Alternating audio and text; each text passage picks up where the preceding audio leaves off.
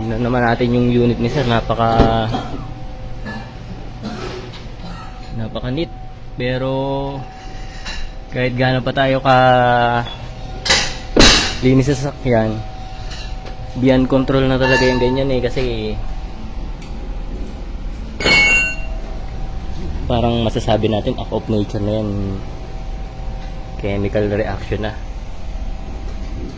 yan yung problema.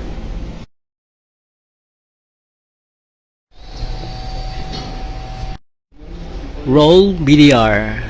Good day everyone, it's been a while, matagal-tagal na rin ang last videography natin. Ang ipipicture natin ito ngayon ang magiging problem ng mga nag-extension o adapter o ano pa man tawag natin sa mga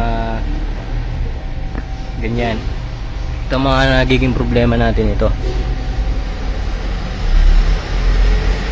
Yan yung bolts, yung nut nya ito.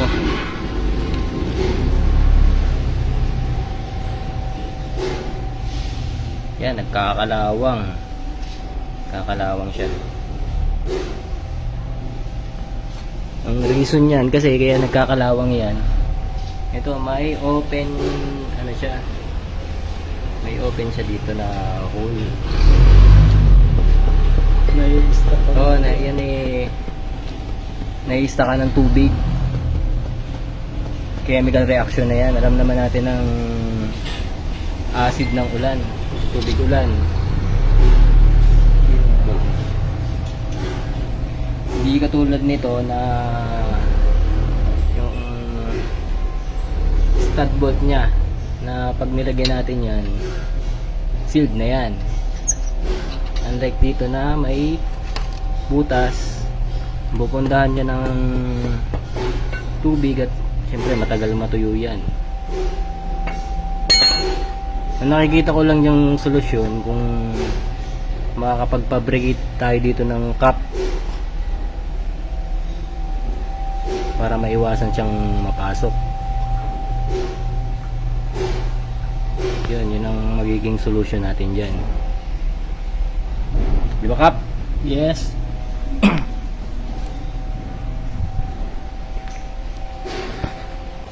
Tingnan naman natin yung unit ni sir. Napaka neat. Pero kahit gaano pa tayo ka linis sa sasakyan, beyond control na talaga yung ganyan kasi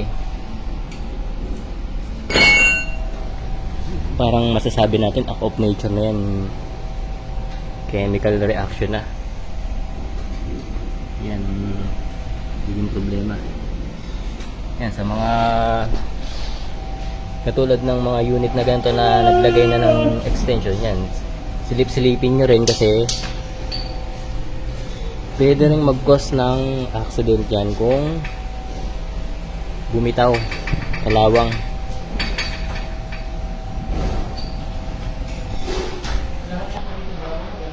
Yun lang po. Thank you.